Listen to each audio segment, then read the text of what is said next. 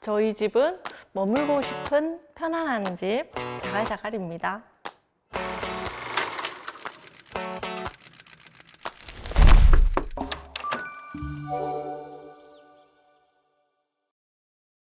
다 서로 다른 개성을 가진 구성원들이 모여서 사는 집인데 함께 어우러질 수 있는 공간이면 더 좋겠다. 저희 가족이 다 같이 모여서 제잘제잘 얘기하듯이 여기서 즐겁게 지내는 공간, 그런 집을 지어보자. 딸이 얘기한 게 괜찮네, 가족 투표도 하고 자갈자갈로 해보자 이렇게 했었어요. 저희 집은요 2층 집이고요. 1층은 이모의 독립공간이 별도로 있고요. 그리고 거실, 큰 거실과 주방이 위치합니다.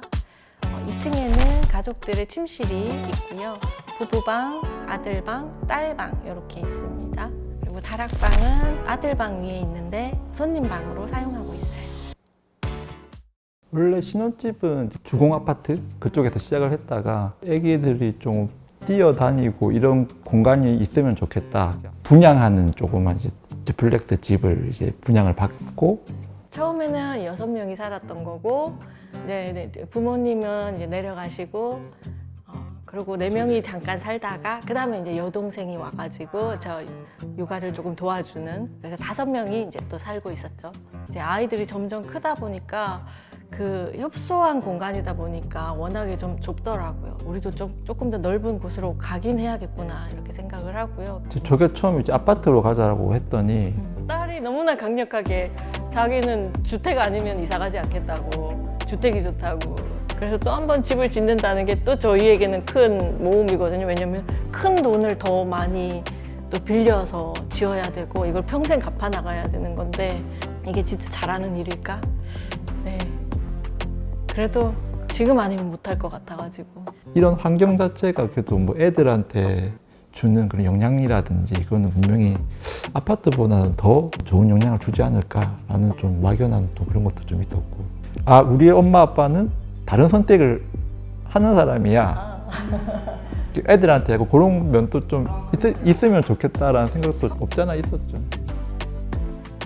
주관스럽기도 하고 이렇게 설계했던 이유가, 첫 번째로 건축주분이 사생활 보호를 좀 더 명확히 하고 싶고 단독주택을 지어야 되겠다고 하셨고, 북쪽 도로를 가지고 있기 때문에 북쪽에서 빛을 그렇게 많이 받을 필요가 없으니까 창을 최소화해서 남쪽으로 빛을 받을 수 있으니까 법적으로 필요한 소방관 진입창, 화장실 환기창 빼고는 모든 창들을 다 남쪽으로 다 내고, 일반적이지 않은 주거의 모습을 가지고 있으니까 재료 자체도 일반적이지 않은 조금 더 스크래치가 나가지고 음영이 지고 빛에서 약간 반응할 수 있는 그런 외장재를 좀 선택해보자. 일반적으로 직가축자를 하면 건물이 뒤로 가면 밀리니까 평주차를 하게 되고, 좀 대문이 보이지 않는 시크릿함 원하셔서 좀 포치를 만들어내고 이렇게 돌아 들어가고.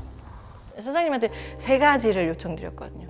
1번은 프라이버시를 지켜주세요.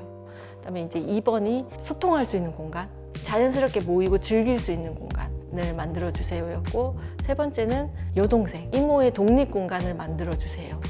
이모는 자기 방에 일단은 욕실이 꼭 있었으면 좋겠다. 그래야 이제 독립적인 공간이 완성이 되잖아요. 꽃을 가꾸는 것도 좋아요. 그래서 화분이 되게 많거든요. 다육이도 많이 있고. 그래서 사실은 온실은 이모를 위해서 저희가 선물로 꼭 이제 붙여서 만들어주고 싶었던 공간이거든요. 저희 딸은 반드시 남향 방에다가 자기 방을 만들어 달라고 했어요.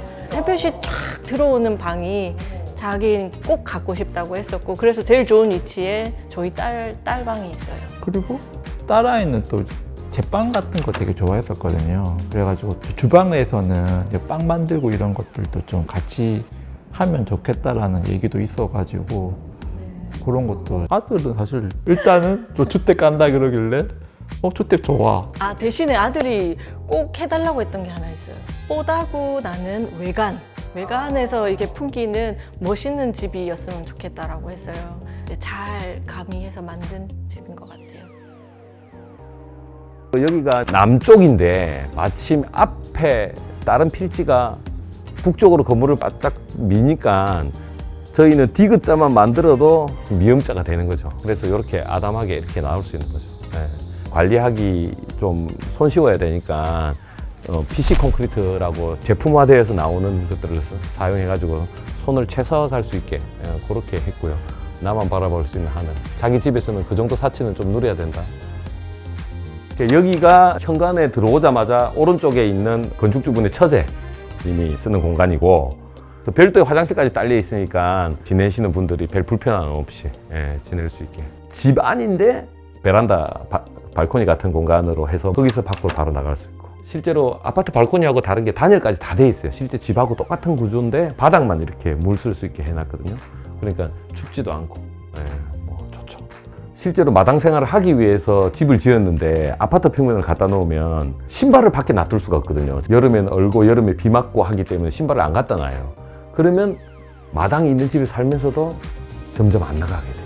그래서 마당으로 바로 나가기 전에 이런 전이 공간, 바로 신발이 있고 문 열면 나갈 수 있는 공간이 실내에 있어야 주택을 지으시는 분들이 아파트에 워낙 적응되어 있다 보니까 아파트 평면에서 옮기고 이걸로만 자꾸 집을 생각을 하시거든요. 근데 실제로 생활을 먼저 생각을 하면 새로운 공간이 나올 수가 있어요. 아, 우리는 이렇게 생활하고 싶고 움직이고 싶고 뭐 이렇게 좀 바뀌었으면 좋겠다 이런 걸 자꾸 생각하시면 아파트 평면에서 좀 벗어날 수 있거든요.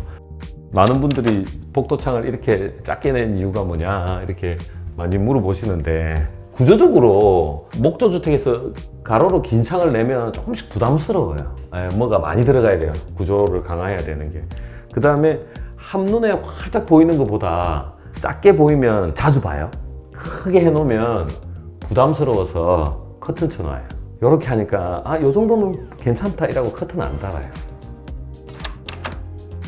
거실이 일반 아파트에서 그냥 이동하다 만나고 하는 공간이 아니고 목적 공간이거든요. 여기가 명확하게 뭐 세미나를 하고 가족들이 어떤 시간을 보내는 공간이라서 복도를 딱 가운데로 보내고 주방하고 응접실하고 거실을 이렇게 나눴어요. 거실 개념을. 그게 좀 일반적으로 비슷한 것 같아도 가장 다른 집하고 다른 차이가 있는 거예요. 건축주분이 단독주택이라 하면 자기가 집을 지으면 그 반지의 제왕에 나오는 그 프로더가 사는 이런 둥글둥글한 집 있잖아요. 그런 집을 한번 상상해 봤다. 옛날에 그런 이야기를 하셔가지고 이 공간을 나누는데 이런 가벽을 좀 곡선으로 해서 그런 느낌을 좀 내보자. 이런 좀 시도를 했죠. 대부분의 사람들 복도가 버려지는 공간이라고 생각해요. 근데 복도야말로 그 집의 개성을 낼 수 있는 가장 확실한 공간이거든요. 복도 벽이나 이런데 저희가 이제 그 집의 캐릭터를 담을 수 있는 디자인을 하죠.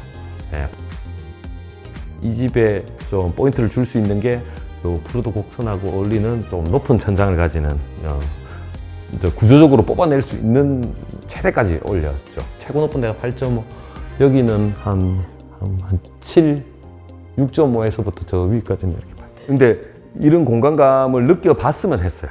자기 집에서 올려다보고 내려다보는 걸 경험해 본 적이 없어요. 사람들이 아파트에 살기 때문에 항상 앞만 보고 있죠. 공간을 이렇게 올려다보고 내려다봤을 때 굉장히 감동적이에요. 그래서 이제 종교시설이나 이런 거 보면 이렇게 올려다보게 돼 있고 이렇게 높단 말이에요. 어떤 물질적인 가치로 환산할 수 없는 어마어마한 기쁨을 누리고 있는 거예요. 근데 그게 언젠가는 그 삶의 영향이 될 거라고 저는 생각해요. 그래서 이런 공간을 자주 느끼고 산 사람들은 삶도 감동적일 거라고 저는 봐요. 삶도 그렇게 바뀐다. 그게 공간의 힘인데 말로 설명할 수가 없어요. 여기는 저희가 스크린을 달았어요. 그래서 이렇게 스크린 밑으로 내려오고, 여기 칠판 3개, 사실 화이트보드 저희 이제 가족들이 모여서 가족 회의도 자주 하고 하니까 칠판을 쓰는 것도 좋아하고 그래가지고 말씀드렸더니 여기 화이트보드도 이렇게 딱 벽에다 넣어주셨고요. 사실 뭐 저희가 여기에 모든 포커스를 이쪽에 다 했기 때문에 이 공간이 가장 또 제일 좋다고 생각하기도 하고, 일단 어디에 앉아도 편하네요. 이 공간에 있는 거가 참 감사한 것 같아요. 사실은 여기는 이제 작은 가족실인데 이 공간은 복도를 먼저 계획하고 실을 복도에 붙인 거죠. 이게 이제 서양식 설계 방법인데 프라이버시를 더 중시한다는 거죠. 그 남들이 보면 버려지는 공간이라고 할 수 있는 그 복도 공간 때문에 사실은 처제 공간도 독립적으로 만들어줄 수 있고 독립된 살롱이라고 부르는 거실도 만들어줄 수 있고 그럼에 이제 이런 따투리 공간들을 찾아내는 거죠. 드레스룸이란 개념이 없어요. 이 집에는. 복도 한 켠에 드레스룸이 되는 거죠.